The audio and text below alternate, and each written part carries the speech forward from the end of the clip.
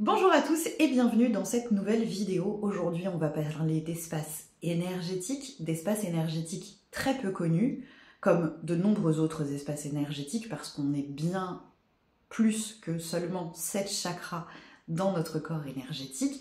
Aujourd'hui, on va se pencher sur les chakras des mains.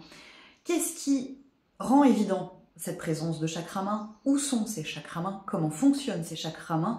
Comment prendre soin de ces chakras mains? C'est évidemment tout ce qu'on va essayer de se dire dans cette vidéo et je resterai évidemment disponible pour vos questions dans les commentaires. Il est évident que nos mains, déjà en tant qu'humains, tout simplement, concrets, ont une importance absolument dingue. Puisque nos mains font qu'on a eu accès à la préemption, qu'on a pu créer des outils et que du coup, on a la civilisation qu'on a aujourd'hui. Chaque scientifique se l'accordera. À côté de ça, il y a évidemment l'utilisation, le fait que ce soit un réel outil au quotidien pour chacun d'entre nous et l'importance dans notre corps de cet organe que je ne vais absolument pas renier.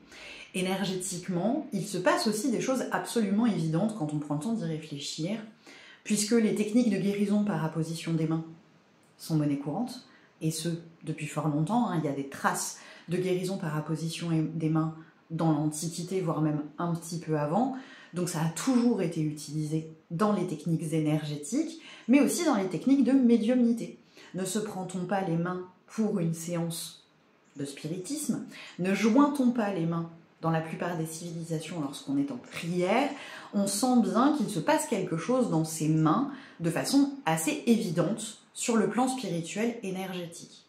Du coup, trêve de suspense, où sont ces chakras des mains? Eh bien, de mon point de vue, ils sont réellement situés au niveau des paumes de nos mains. Alors évidemment, la taille d'un chakra main va varier d'un individu à l'autre en fonction de son lien avec cet espace énergétique, mais aussi et surtout de l'entretien qu'on va apporter à cet espace énergétique, comme tous les chakras.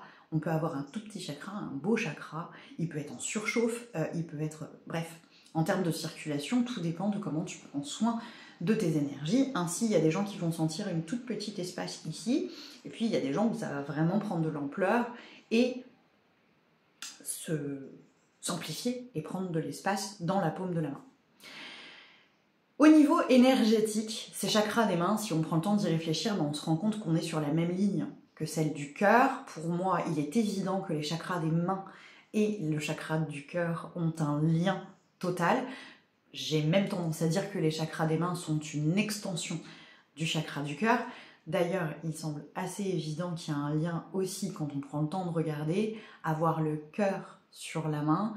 Quand on a besoin de recevoir quelque chose, on va tendre la main. Bref, il semble évident qu'il y a un lien avec l'affect, l'émotionnel, le cœur, l'amour dans nos mains. Les gestes d'amour, comme les gestes malheureusement parfois de violence, de haine, passent très souvent par les mains. Ne vais-je pas poser la main sur une personne qui ne va pas bien pour lui faire montre de mon soutien? Ne vais-je pas tendre la main à quelqu'un qui en a besoin, que ce soit littéralement ou pas? Ne vais-je pas aussi lever la main quand je n'arrive pas à gérer mes émotions, ma colère, etc. Bref, c'est évident qu'il y a un lien entre le cœur et nos mains. De mon point de vue, depuis toute petite, parce que vous savez que je travaille avec mes énergies depuis que je suis toute petite, je me suis forgée sur la croyance que nos mains sont des espèces d'antennes et que j'ai plutôt deux antennes différentes, une antenne qui reçoit des informations, une antenne qui émet des informations. Ça, c'est ma croyance à moi. J'ai pu constater qu'elle est partagée par de nombreuses personnes, mais n'hésite pas à prendre tes distances si tu sens que ça ne te parle pas. Je capte beaucoup plus facilement les informations avec ma main gauche. Si je veux choisir une pierre, j'ai tout un rayon de malachite devant moi par exemple, et je cherche à choisir celle qui va me convenir réellement, je vais aller les tester avec ma main gauche. Si j'ai besoin de choisir un truc ou de faire un test d'intuition, par exemple je prends une carte et je vais essayer de deviner ce qui se passe dedans sans la regarder, je vais la poser dans ma main gauche pour la tester, pour la percevoir, pour la sentir de façon plus fluide, ma main gauche est ma main réceptrice. Par contre, si je veux intervenir énergétiquement, je vais plutôt avoir tendance à utiliser ma main droite qui semble être ma main émettrice, la main qui envoie de l'énergie, la main qui envoie des choses. Ça semble plutôt cohérent puisque je suis droitière et que donc je passe à l'action avec ma main droite. et que du coup ma main gauche est dans mon espace yin, et donc l'espace qui reçoit le plus. Aujourd'hui, cette circulation énergétique de base et naturelle, je la conserve, pour autant je peux forcer la circulation dans l'autre sens. Parce que si je dois magnétiser une main droite et que je le fais à distance, je vais aller magnétiser ma propre main droite et donc j'ai besoin d'utiliser ma main gauche en émission d'énergie. Je me suis toujours posé la question et j'adorerais pouvoir discuter avec des gauchers pour voir si chez eux ça s'inverse ou pas. Si eux aussi ont cette sensation d'émission, du coup avec la main qu'ils n'utilisent pas pour écrire, et cette sensation d'émission avec la main avec laquelle ils écrivent. Ça, c'est une vraie question que je me pose, et je pense que je vais me pencher sur le sujet plutôt prochainement. Évidemment, je ne peux que faire le lien, évidemment, avec ces capacités d'amour. La capacité d'amour, la capacité du cœur, reçoit et offre, et c'est exactement ce qui se passe dans nos mains. Si tu as envie d'aller découvrir tes chakras mains, il y a un petit exercice assez simple pour les ressentir. Je vais te proposer de les activer en frottant tes petites mains l'une contre l'autre. D'ailleurs, ceux qui sont déjà passés en séance avec moi le savent. Je passe toujours par un moment de frottage de mains avant de démarrer un soin. C'est vraiment un réflexe que j'ai toujours eu. Ça permet vraiment de réactiver l'espace énergétique. Je vais du coup t'inviter à frotter tes petites mains gentiment, à prendre un temps de respiration, de centrage, etc.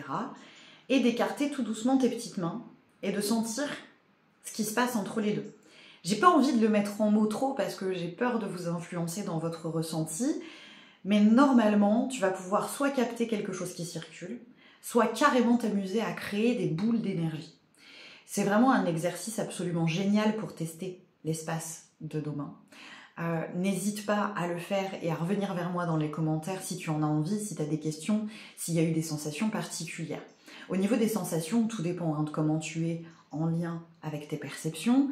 C'est vrai que les chakras des mains sont beaucoup plus perceptibles peut-être par les gens qui ont un lien fort avec la clairsentience, et vous savez que c'est mon cas.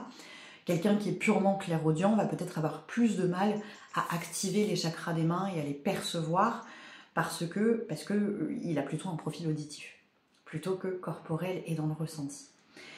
Enfin, évidemment, tu l'as compris, si ces mains ont une importance capitale dans certaines pratiques, ça signifie aussi qu'il faut savoir en prendre soin. Et là, je pense notamment au nettoyage énergétique, à ne pas conserver des miasmes énergétiques, des charges énergétiques, mais aussi à faire attention à ne pas en transmettre.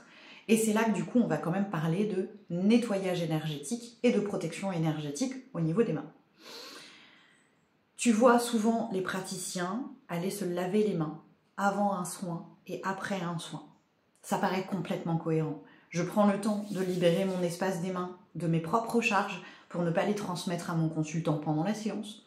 Et je prends le temps de me relaver les mains après la séance pour ne pas conserver les charges que j'ai traitées pendant la séance de mon consultant pour moi-même.